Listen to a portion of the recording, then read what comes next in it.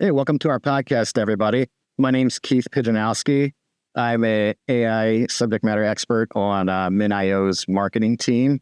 In case you're new to MinIO, we specialize in high-performance object storage. We're especially well-suited for AI ML workloads, since oftentimes training sets are a collection of small objects or large objects that have to efficiently be fed to a model during training. We are software-defined, and we're S3 compatible. So you can think of us as AWS S3 that can run on-premise, in any cloud, on the edge, or even on an engineer's workstation in case you're conducting a POC. And finally, in case you're using a vendor that has implemented one of the open table formats, we're especially well suited to be your underlying storage solution for what's known as a modern data lake or a data lakehouse. Today, we're joined by Filip Suste from Microblink. Filip, why don't you tell us a little bit about your role and what Microblink is all about? Yeah, nice to meet you, Keith. I'm glad to be here. So yeah, I'm Filip. I'm an engineering manager with the platform teams in Microblink, namely the machine learning platform and the DevOps team. So basically, Microblink, if you haven't heard about us, we're an AI company focusing in the identity space. So specifically in extraction for documents and verification for documents, the scanning of documents. That's kind of our bread and butter right there. Yeah, excellent. So I just want to start at the very beginning. So you were looking for storage. What were some of your initial requirements when you were starting out? So let me go back a few years. When we were starting out, it was about 2012. And we just had a bunch of servers and we had a bunch of data everywhere on those servers, and we needed to kind of copy the data around, right?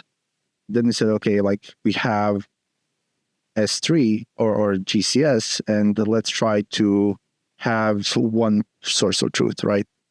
But as we expanded and then that data became much bigger, it also it was also beginning to be a point of friction for us. So then what we did is basically using the NFS server and then syncing it to our on-premise cluster locally so we could have quicker access and also reduce our costs. But it didn't actually scale that well.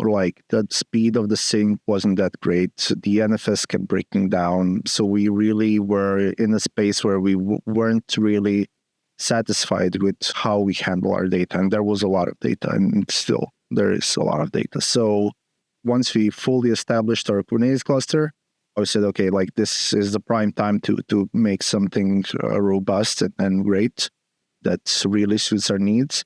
And after some experimentation with Ceph and Rook, we said, okay, we need something that's easier to maintain, that has an interface that we can actually work with and all of our developers know.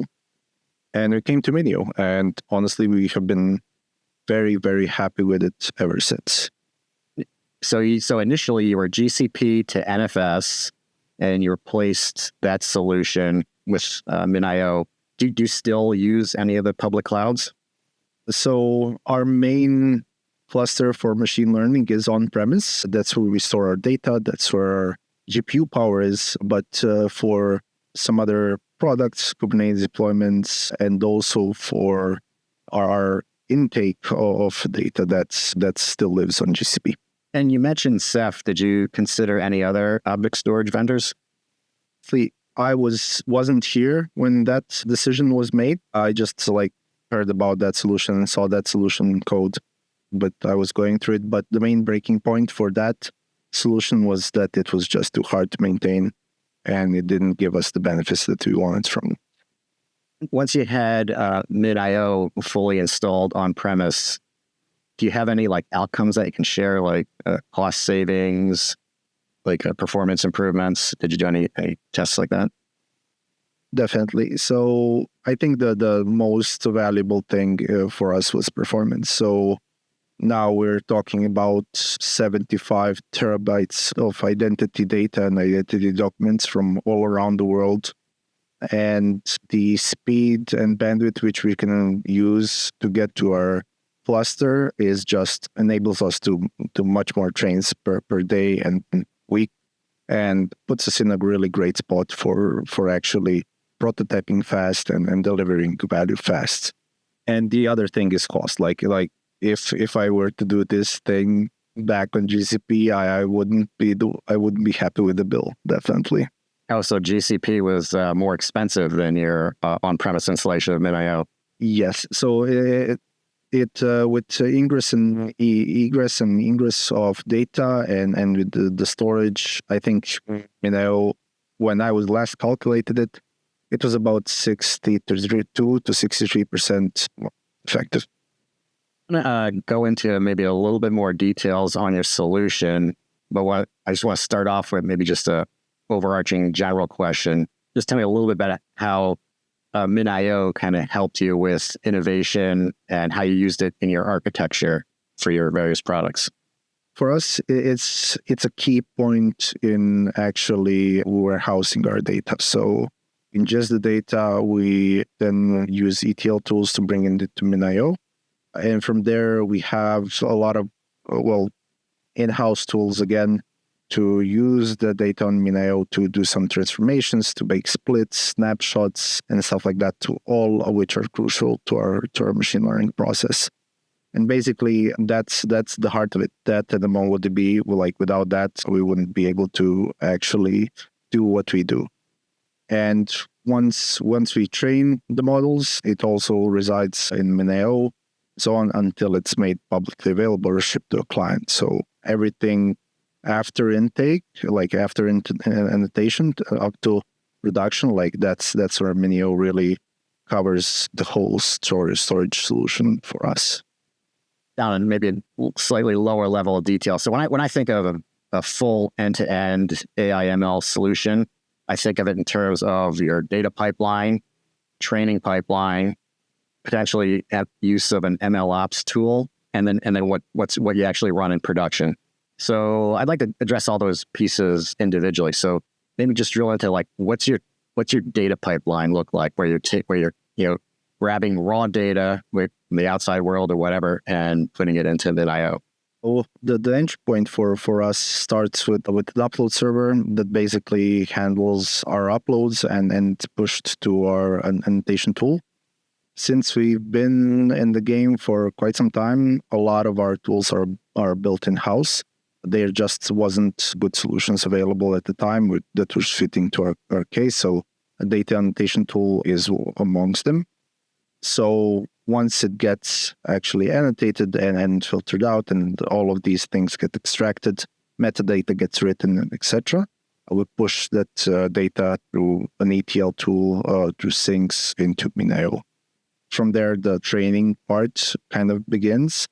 So again, we have an abstraction, as I mentioned, MongoDB and MinIO working in sync. So MongoDB is, for us, a place where we abstract away some of the data. So we don't duplicate the data, but in MongoDB, we store where the data is in splits or snapshots and what data is outdated, what data needs to be deleted, when was it last synced, and so on.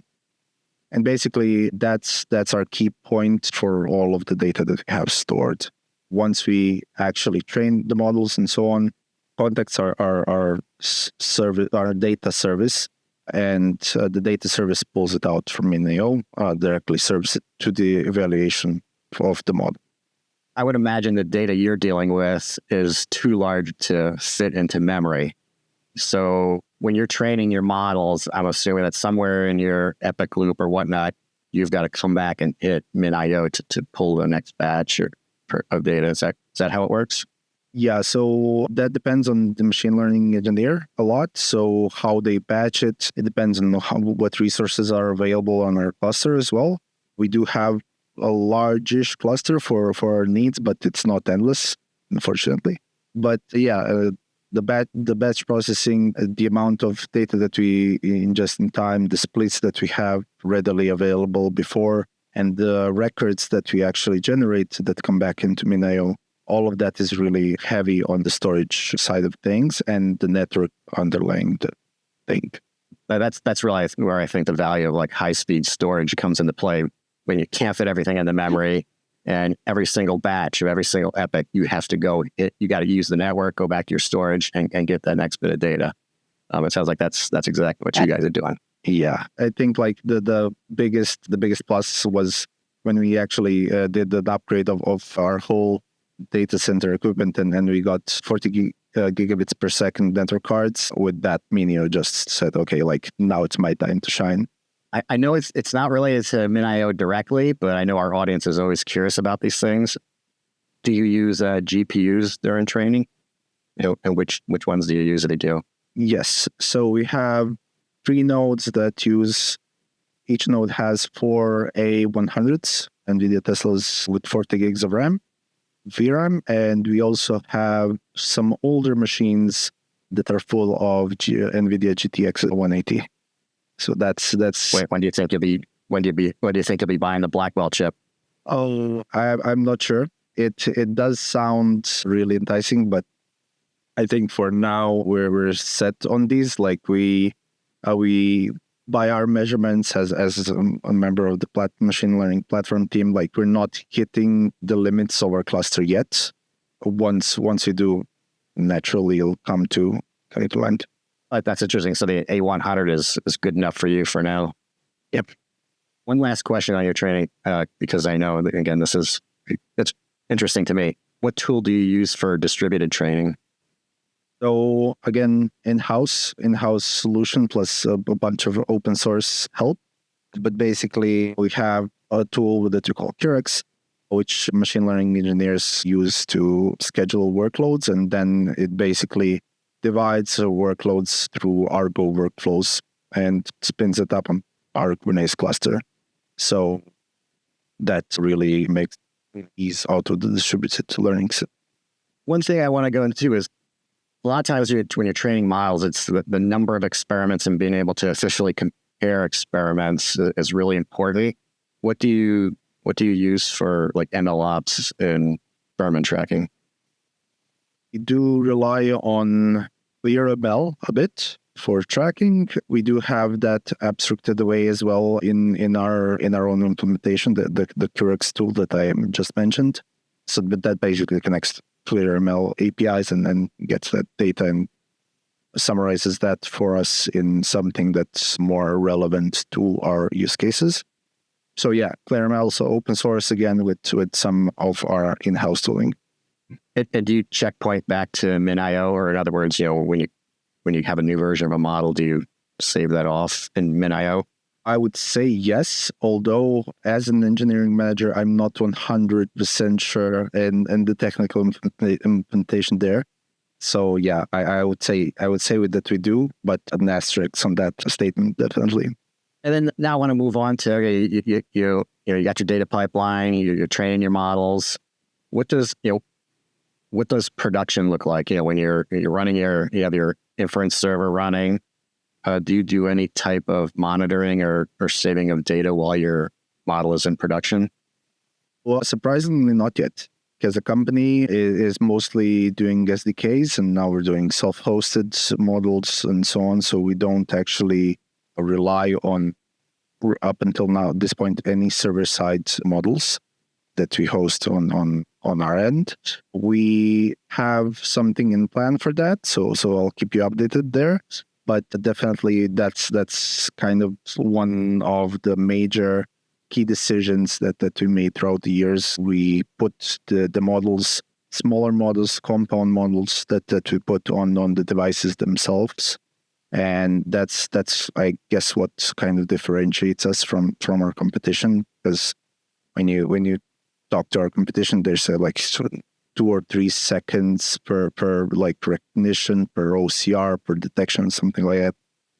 We are getting it done in the matter of 100 milliseconds on your device, on your cheap phone with no problem. So that's why that's what gives us the edge, that we're able to do multiple takes on your ID, on your driving license while you're holding your phone and your driving license in your hand. Now, when I look at your products, your products are not just about images. You're you're pulling structured information out of those images, where does that data go? Oh, depends. But usually, so you're talking about Blink extraction, and that part is basically usually a part of our SDK and some other product. So that's used as an SDK and integrated into our either ID or verify products. It serves us really, really well, and it does have a lot of data backing that up. So I think from the 75 terabytes, probably about half of it is actually the extraction data that we gather throughout the years. Just like the new documents arise every day, you would be actually surprised how often. And we need to keep up with that. And a lot of data serves us well there. The reason I asked about the structured data that comes out of the unstructured images is I'm just curious if you were considering building out maybe what's known as a modern data lake or a data lake house, which is really a super modern data warehouse that's built on top of MinIO. Have you guys given any thought to that?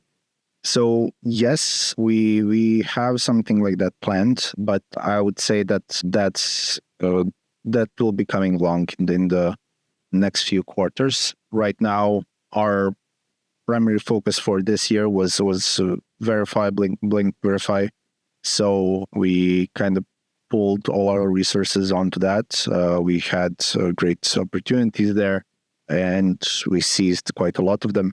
So definitely one thing that we have to explore in the next few quarters is the modern data lake. Yeah, data warehouses based on the open table formats, they're actually pretty exciting to us here at MinIO for obvious reasons, because we can be the underlying storage for that. And now you have a situation where we're your storage for the data warehouse and we're there's storage for your data lake.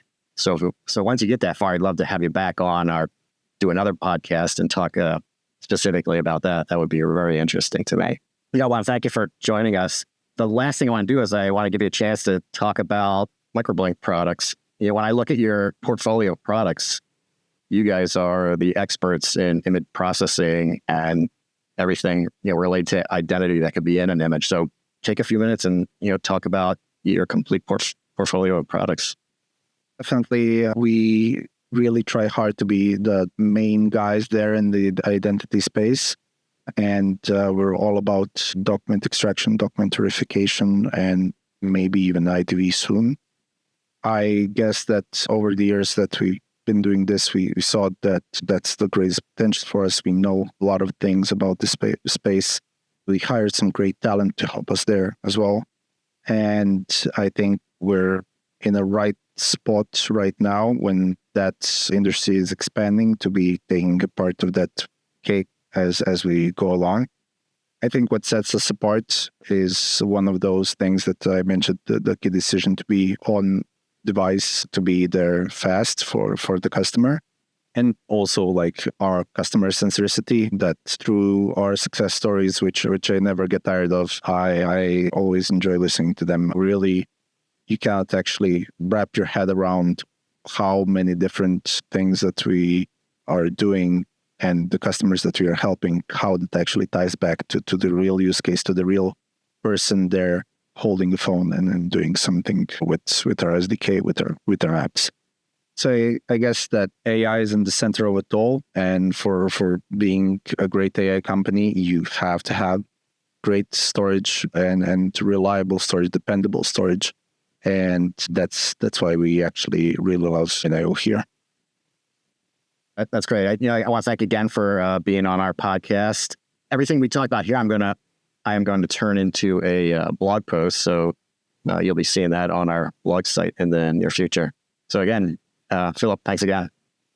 And make sure to reach out when we try out that data lake house. Oh, yes, definitely.